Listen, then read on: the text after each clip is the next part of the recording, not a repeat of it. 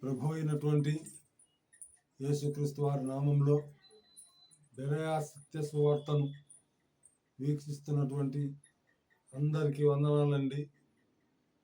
మరి చాలా కాలం తర్వాత మరలా మీ ముందుకు వచ్చి ఉన్నాను. మరి ముఖ్యంగా ప్రార్థన చేసుకొని నేటి కార్యక్రమాన్ని ప్రారంభించుకుందాం. మమ్మల్ని మిక్కిలిగా ప్రేమించిన మా పరలోకపు తండ్రి, అద్వితీయులకు మా దేవుడు, ఆలోచనకర్త, బలవంతులకు మా తండ్రి, సమాధానకర్త, మమ్మల్ని గడిచిన రాత్రి అంతయు గడిచిన దినములన్నీ కాచి కాపాడారయ్యా. మీకు వేలాది వందనాలు తండ్రి. మరి ముందుగా అనుకున్నటువంటి రీతిగా యుగాంతము గురించి మేము చర్చించుకుంటూ మాకు ఇచ్చినటువంటి అవకాశం బట్టి మీ పాదాలకు వేలాది వందనాలు తండ్రి. అందులో భాగంగా సంఘం ఎప్పుడు ఎత్తబడుతుంది అనేటువంటి విషయాలను చర్చించుకుంటూ 2-3 ఎపిసోడ్లు పార్ట్లు మేము చర్చించుకోబోచుండగా మా యందు మీరుండి నడిపించండి అయ్యా. సాతాను పెడుతున్నటువంటి ప్రతి విధమైనటువంటి అభ్యంతరాలను గద్దించమని వేడుకొంచు ముందున్నటువంటి సమయం అంతటిని మీకు అప్పచెప్పుకుంటున్నాం నాయన. మరి వినుచున్నటువంటి వారిని ఆశీర్వదించి దీవించండి. మరి యుగాంతం గురించి సహాయం చేసినటువంటి నా కుటుంబమును ఆశీర్వదించి దీవించండి. ఈ సంఘం ఎత్తబడుతుంది, ఎప్పుడు ఎత్తబడుతుంది అనేటువంటి విషయాలను చర్చించుకొని చూడగా మరి ఆ తర్వాత కొన్ని విషయాలు చర్చించుకోవాలనుకుంటుండగా తండ్రి ఆశీర్వదించమని మరి ముందున్నటువంటి సమయం అంతటిని మీకే అప్పచెప్పుకొంచు మా ప్రభువును మా రక్షకునైన యేసుక్రీస్తు వారి అతి పరిశుద్ధ నామమున వేడుకుంటూ ప్రార్థించుకుంటున్నాము తండ్రి. ఆమేన్. అందరికీ వందనాలండి. మరి ముఖ్యంగా మరి నేను ముందుగా ప్రకటించినటువంటి రీతిగా ఇదిగో ఈ పాంప్లెట్లో ఉన్నటువంటి విషయాలు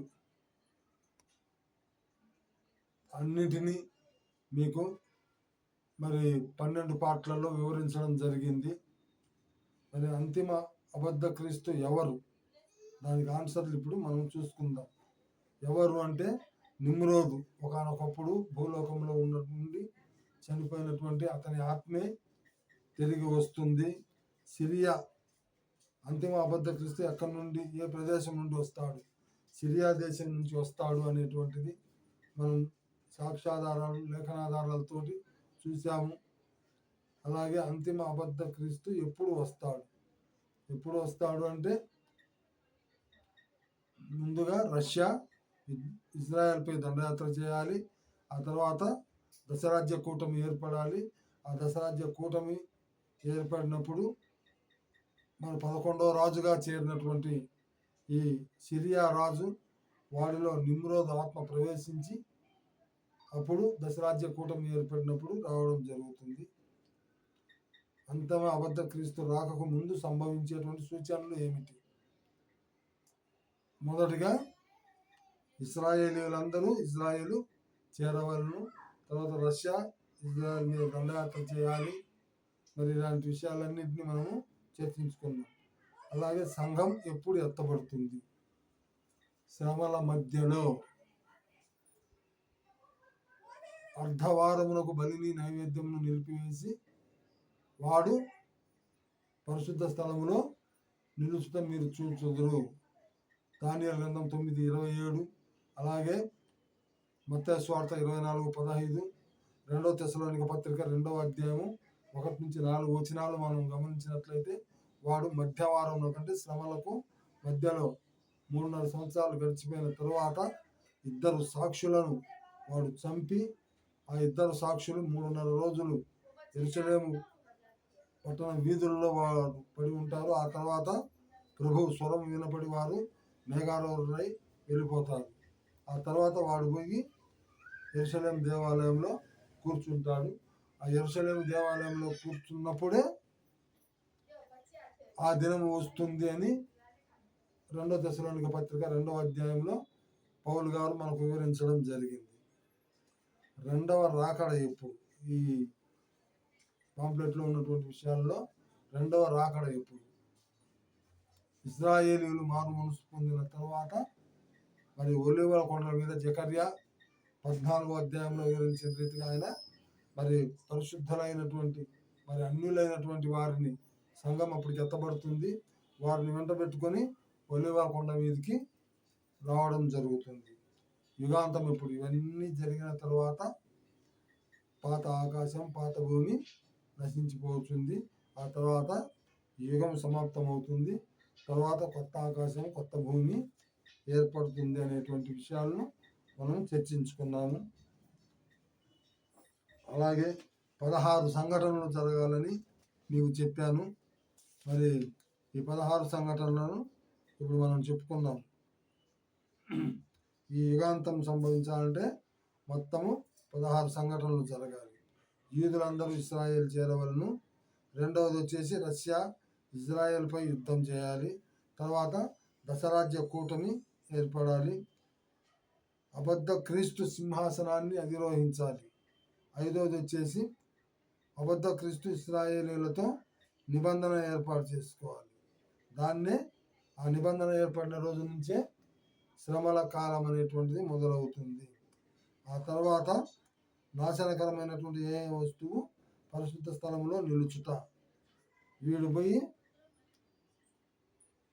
యెరూషలేము దేవాలయంలో కూర్చొని నేనున్నప్పుడు నన్ను పూజించండి, నేను లేనప్పుడు నా విగ్రహాన్ని మొక్కండి అని విగ్రహాన్ని పెడతాడు. ఆ సమయంలో సంఘం ఎత్తబడుతుంది. ఇది 7వ సంఘటన. ఆ తర్వాత 8వ సంఘటన ఇశ్రాయేలీయులందరూ అరణ్యమునకు పారిపోవాలి. తర్వాత 2వ అర్ధవారంలో ఉగ్రతా పాత్రలు. మొదటి అర్ధవారంలో శ్రమలు, 2వ అర్ధవారంలో ఉగ్రతా పాత్రలు ఉంటాయి. తర్వాత 10వ సంఘటన ఇశ్రాయేలీయుల రక్షణ. ఇశ్రాయేలీయులు అరణ్యంలో దాక్కొని తోరాను చదివి నిజమైనటువంటి యేసుక్రీస్తు ఆనాడు మన పూర్వీకులు చంపినటువంటి ఆయనే నిజమైనటువంటి మెస్సయ్య అని గమనించి వారు రక్షణ పొందుతారు. మరి జకర్యా గ్రంథము 12వ అధ్యాయం 10వ వచనంలో నేను వివరించడం జరిగింది అదంతా. ఆ తర్వాత వారు రోదన చెందుతున్నటువంటి టైంలో యేసుక్రీస్తు ప్రభు వారు మన సైన్యాన్ని వెంట పెట్టుకొని ఎత్తబడినటువంటి సంఘాన్ని వెంట పెట్టుకొని పరిశుద్ధులందరినీ వెంట పెట్టుకొని రెండవసారి భూమి మీదకి మొదటిసారి వచ్చేటువంటి సంఘాన్ని ఎత్తకపోయేటువంటిది అది రెండవ రాకడ కాదండి. మధ్య ఆకాశం వరకు మాత్రమే వస్తాడు ఆయన. అక్కడికి మనము పరిశుద్ధులైనటువంటి వారు, చనిపోయినటువంటి వారు కానీ బ్రతుకున్నటువంటి వారు కానీ మరి మార్పు చెంది ఆయన్ని ఎదుర్కోవడానికి వెళ్ళడం జరుగుతుంది. తర్వాత అర్మగెద్దోను యుద్ధము, ఆ తర్వాత 1000 ఏళ్ల పరిపాలన, 14వ పాయింట్ గోగు మాగోగు యుద్ధము, ఆ తర్వాత అంతిమ తీర్పు, తర్వాత 16వ పాయింట్ 6వ ముద్ర నెరవేర్పు. ఆ తర్వాత ఇవన్నీ జరిగిన తర్వాత యుగాంతం అనేటువంటిది వస్తుంది అని మనము మరి యుగాంతం గురించి చర్చించుకున్నటువంటి టైంలో 12 పార్టులుగా దాన్ని వివరించుకోవడం జరిగింది. మరి ప్రేమైనటువంటి దేవుని బిడ్డలారా, మరి గడిచిన 12 పార్ట్లలో మరి నా గ్రూపులో ఉన్నటువంటి వారికి అంటే బెరయా సత్య సువార్త గ్రూపులో ఉన్న వారికి నా నెంబర్ తెలుసు. కాకపోతే మిగిలిన గ్రూపులు నా మిత్రులు పెట్టినటువంటి గ్రూపుల వాళ్ళు కొంతమంది ఉన్నారు. ఆ గ్రూపులలో కూడా నేను పోస్ట్ చేయడం జరిగింది. కొంతమంది అనుకోని రీతిలో ఏదో యూట్యూబ్ అలా చెక్ చేస్తుంటే మరి నా సాక్ష్యము మరి కొన్ని మెసేజ్లు వినడం జరిగింది. కొందరు మరి అనుకోని రీతిగా 276 అట్లా 200 చిల్లర మంది కూడా చూసినారు కొన్ని ఎపిసోడ్లు. మరి వారికి మరి నాతో చర్చించాలనుకుంటే లేదా నాతో మాట్లాడాలనుకుంటే అవకాశం కుదరదు కాబట్టి నెంబర్ తెలియదు కాబట్టి నా నెంబరు అటువంటి వారి నిమిత్తం నా నెంబర్ను తెలియజేస్తున్నాను. 9440718949 9440718949. ఎందుకంటే మరి రానున్నటువంటి ఒక 2-3 ఎపిసోడ్లలో మరి సంఘం ఎప్పుడు ఎత్తబడుతుంది అనేటువంటి వాటిని చర్చించుకునేటప్పుడు కొంతమంది ఎవరైనా మాట్లాడదలుచుకుంటే నాతోటి మాట్లాడవచ్చును. 9440718949 నెంబర్ నాది. మరి ఇంకొక విషయం మీకు తెలియజేస్తున్నాను. ఇది నా సొంతగా దేవుడు నాకేదో ఇచ్చాడు జ్ఞానము అని మాత్రం నేను చెప్పడం లేదు. ఇదిగోండి ఈ పుస్తకం యుగాంతం అనేటువంటి ఈ పుస్తకమును మరి మా గురువు గారు రంజిత్ ఓఫిర్ గారు రచించడం జరిగింది. నేను మీకు వివరించినటువంటి విషయాలన్నీ కూడా ఈ పుస్తకంలో నుంచి చదువుకొని ఇందులో కొన్ని విషయాలను మీకు ఇంపార్టెంట్ అయినటువంటి విషయాలను వివరించడం జరిగింది. మరి రానున్నటువంటి కాలంలో కొన్ని నా సొంత అభిప్రాయాలు మీతో పంచుకుంటాను. వాటి గురించి కానీ మరి ఈ పుస్తకంలో ఉన్నటువంటి విషయాలను కానీ మరి నేను ఎందుకు తీసుకొని వస్తుండగా మరి ఏదైనా తప్పులు ఉంటే మరి నా నెంబర్ చెప్పాను మీకు.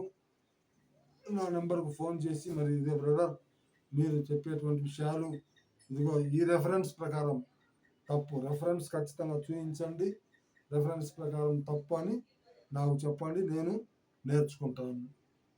అయితే ఇప్పుడు సంఘం ఎప్పుడు ఎత్తబడుతుంది అనేటువంటి విషయాలు చర్చించడానికి మీ ముందుకు రావడం జరిగింది. ప్రేమటువంటి దేవుని బిడ్డలారా, మరి మా సంఘంలో ఒక సహోదరుడు సంఘం ఎత్తబడుతుంది అని అందరూ అంటున్నారు అన్నా, కానీ సంఘం ఎత్తబడ్డం అంటే అసలు ఏంటి, సంఘం ఎత్తబడ్డం అంటే ఏమిటి అనేటువంటిది అతను నన్ను అడగడం జరిగింది. అతని నిమిత్తం అయితేనేమి, ఇంకా కొందరి విషయం అయితేనేమి, మరి ఏదో నాకు ఇంతకుముందు తెలిసేది కాదు. ఆదివారం క్రైస్తవుని నేను, మరి ఏదో ఆ గంట సేపు చర్చిలో గడిపాను వచ్చాను అన్న రీతిగా ఉండేటువంటి వాడిని. మరి వారి నిమిత్తమై ఈ సంఘం ఎత్తబడ్డం అంటే ఏమిటో ముందుగా తెలుసుకుందాము.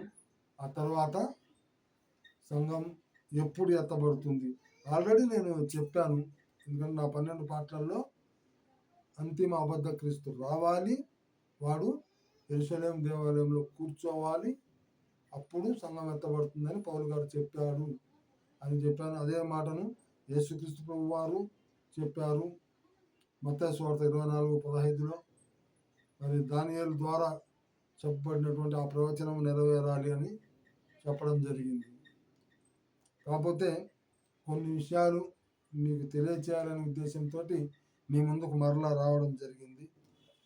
మరి రెఫరెన్సులు చదవడానికి ఇప్పుడు నేనే చదువుతున్నాను, నేనే వివరించడం జరుగుతుంది. ఎందుకంటే మరి పిల్లవాడు మా మనవడు లేచాడు కాబట్టి నా కూతురుకు మరి కొద్దిగా ఇబ్బందికరంగా ఉంది, వాడు పెద్దవాడయ్యాడు కాబట్టి నేనే మరి సమస్తం నిదానంగా కొంత సమయం ఎక్కువ తీసుకున్నా రెఫరెన్స్లు కూడా నేనే చదువుకుంటూ నేనే మీకు వివరించాలనే ఉద్దేశంతో మీ ముందుకు వచ్చి ఉన్నాను. సంఘం ఎత్తబడడం అంటే ఏమిటో ఇప్పుడు చూద్దాం. యోహాను సువార్త 14వ అధ్యాయము 3వ వచనం.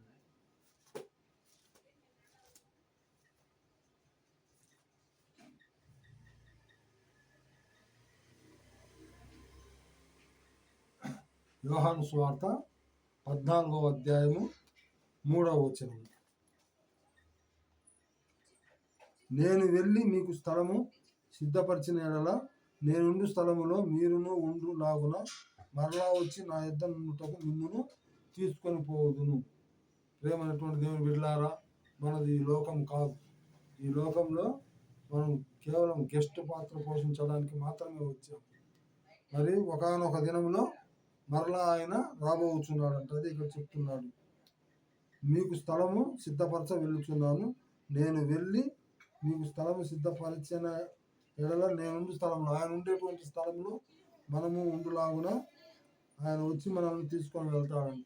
ఆయన తీసుకొని పోయేటప్పుడు తీసుకుపోవడాన్నే, మనల్ని తీసుకెళ్ళడాన్నే సంఘం ఎత్తబడము అనేటువంటి మాట మనము పిలవడం జరుగుతుంది.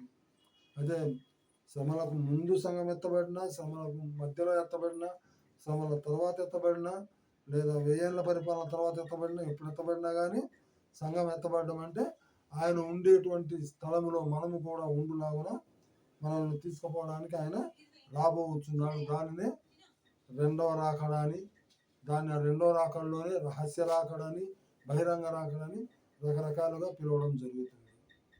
ఏదేమైనా ప్రియమైనటువంటి దేవుని బిడ్డలారా, మరి ఇందును బట్టి కొన్ని రెఫరెన్సులతో మీ ముందుకు వస్తున్నాను. 1 కొరింథీ పత్రిక 15వ అధ్యాయము 52వ వచనంలో, ఒక రెప్పపాటున బూర మ్రోగగానే, ఇది చాలా జాగ్రత్తగా గుర్తుపెట్టుకోండి, కడబూర మ్రోగగానే మనమందరము మార్పు పొందిదము. సజీవులమైనటువంటి మనము ఈ మాంసం శరీరం అంతా కూడా మహిమ శరీరంగా మార్చబడుతుంది. ఈ మహిమ శరీరంగా మార్చబడిన తర్వాత మనము ఎత్తబడతాము.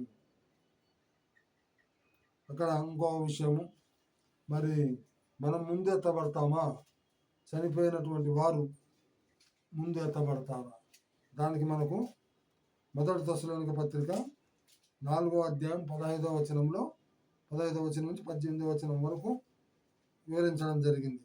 సజీవులమై నిలిచి ఉండు మనము నిద్రించిన వారి కంటే ముందుగా ఆయన సన్నిధి చేరము, కానీ ముందుగా సమాధులు తెరవబడాలి. ఆ తర్వాత వారు ఒక సెకండ్ ముందు లేవగానే ఆ తర్వాత మనము మార్పు చెంది బ్రతుకున్నటువంటి సజీవులమైనటువంటి మనము మహిమ శరీరం ధరించుకొని ప్రభువును ఎదుర్కొనుటకు మధ్య ఆకాశానికి వెళ్తామనేటువంటి మాట అక్కడ ఉంది. ప్రేమటువంటి దేవుని బిడ్డలారా, మరి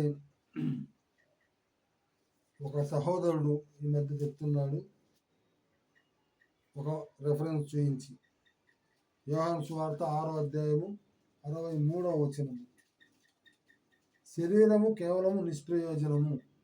ఈ మాటను చూయించి, ఇంకా చనిపోయినటువంటి వాళ్ళు వల్ల శరీరాలు ధరించుకునేటువంటిది ఉండదు, ఆ శరీరాలు మట్టిలో కలిసిపోవాల్సిందే, ఆత్మ మాత్రమే నరకంలో కానీ పరలోకంలో కానీ ఉంటుంది అని ఒక సహోదరుడు చెప్తున్నాడు. ఎంత తప్పుడు బోధ అండి! సమాధులు తెరవబడతాయి. యోహాను సువార్త, ఇదే యోహాను సువార్త 5వ అధ్యాయము 28వ వచనం, ఒక కాలము వచ్చుతున్నది, ఆ కాలమున సమాధుల్లో ఉన్న వారందరూ ఆయన శబ్దం విని మేలు చేసిన వారు జీవ పునరుద్ధానమునకు, కీడు చేసిన వారు తీర్పు పునరుద్ధానమునకు బయటకు వచ్చేదరు. ఇవి చదవరా అండి వాళ్ళు? చదవకుండా, బైబిల్ చదవకుండా ఈ మధ్య ఈ సంచులు తగిలించుకొని బ్రతుకు తెరువు ఎక్కువైపోయింది వీళ్ళకు. బ్రతుకు తెరువుకే బ్యాగులు తగిలించుకునేది, బైబిల్ పట్టుకునేది, యూట్యూబ్లో ఏదో ఒక తలంపు వస్తే దాని తలంపులు కొట్టుకునేది, వచ్చినటువంటి ఆ 4 రెఫరెన్సులు చూసుకునేది, నోటికి వచ్చిందల్లా వాగేది. ఎందుకంటే పాలెలలో చదువు సందలు లేనటువంటి అమాయకులైనటువంటి ప్రజలను మోసం చేసుకుంటూ బ్రతుకుతున్నారు. ఇతను చెప్తాడు అసలు శరీరం ఇక లేయనే లేదు అంటారు. మరి మత్తయి సువార్త 15వ అధ్యాయం 28వ వచనంలో ఏం చెప్పాడండి? నరకములో శరీరమును ఆత్మను బాధించు వాడికి భయపడండి అనే మాట ఉంది. మరి శరీరాలు లేయవు అంటాడు ఇతను. పేర్లు వద్దులేండి, చాలా హాస్యాస్పదంగా చెప్తూ ఉంటారు వీళ్ళు. శరీరాలు వస్తాయి అని, సమాధులు తెరవబడతాయి, దానియేలు గ్రంథం 12వ అధ్యాయంలో రకరకాల చోట అనేక రెఫరెన్స్ ఉన్నాయి. ఒక రెఫరెన్స్ పట్టుకునేది ఏదేదో చెప్తా ఉంటారు. తప్పుడు బోధనను దూరపరచండి.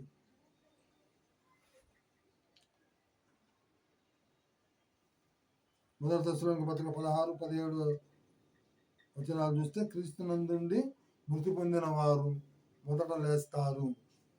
క్రీస్తు విశ్వాసులైనటువంటి వారు మొదట లేవడం జరుగుతుంది. ప్రేమటువంటి దేవుని బిడ్డలారా, అలాగే 1 తెస్సలోనిక పత్రిక 3వ అధ్యాయం 12వ వచనము, 4వ అధ్యాయం 14వ వచనాలు చూస్తే, పరిశుద్ధులతో ఆయన వస్తాడంట.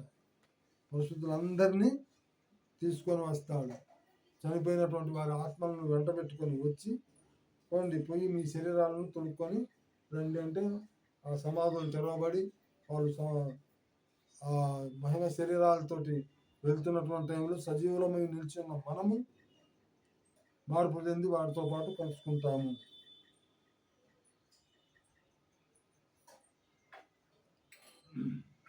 మరి లూకా సువార్త 16వ అధ్యాయం 22-23 వచనాలు చూస్తే, ఆ ధనవంతుడు లాజరు కథలు చూస్తే, శరీరాలను స్టోర్ చేస్తారు భూమిలో. మరి ఆత్మలు అటు పాతాళం కానీ లేదా పరదేశంలో కానీ చేరడం అనేటువంటి జరుగుతుంది. ప్రసంగి 12:7 ఒక మాట ఉంటుంది, శరీరము మట్టిలోకి పోతే ఆత్మ తాను దయచేసినటువంటి దేవుని వద్దకు వెళ్తుంది. దేవుని వద్దకు వెళ్ళి ఆ తర్వాత పరదేశ పాతాళం అనేటువంటిది నిర్ణయించుకోవడం అనేటువంటిది జరుగుతుంది. ప్రేమైనటువంటి దేవుని బిడ్డలారా, మరి శరీరాలు ఖచ్చితంగా లేస్తాయి. తప్పుడు బోధకులారా, యోహాను సువార్త 6:63 చూసి చెప్పకండి, తప్పు. అలాగే క్రీస్తు రాకడ మెరుపు ఉన్నట్టే ఉంటుంది. ఏదో ఆయన వస్తువులలో చూద్దాము, ఇప్పుడు దేవ నన్ను క్షమించు అని అనడానికి లేదు.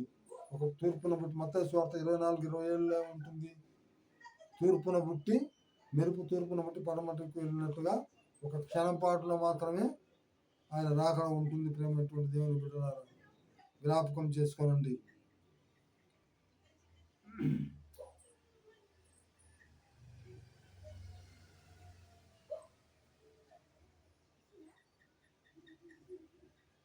మరి ప్రేమటువంటి దేవుని బిడ్డలారా, ఇక్కడ కొన్ని విషయాలు ఉన్నాయి. అవి సబ్జెక్ట్లోకి ఎంటర్ అయినప్పుడు మనము చర్చించుకుందాము. ఏంటంటే అవి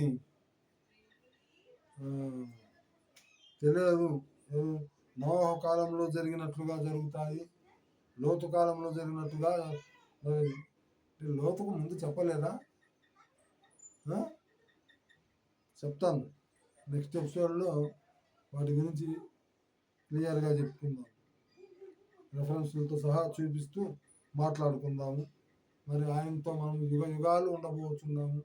ప్రియ దేవుని బిడ్డలారా, రక్షణ లేనటువంటి వారు ఎవరైనా ఉంటే రక్షణ మారు మనసు పొందండి. మరి కాలం అంత సమీపమై ఉన్నది, మతోన్మాద శక్తులు ఎక్కువైపోతున్నాయి. కాబట్టి మీరు రక్షణ మారు మనసు లేని వారు త్వరగా బాప్తిస్మం తీసుకొని మారు మనసు పొంది పశ్చాత్తాపడి పాపక్షమాపణ నిమిత్తము మీరు బాప్తిస్మము పొందితే పరిశుద్ధాత్మ అనేటువంటి వరం వస్తుంది.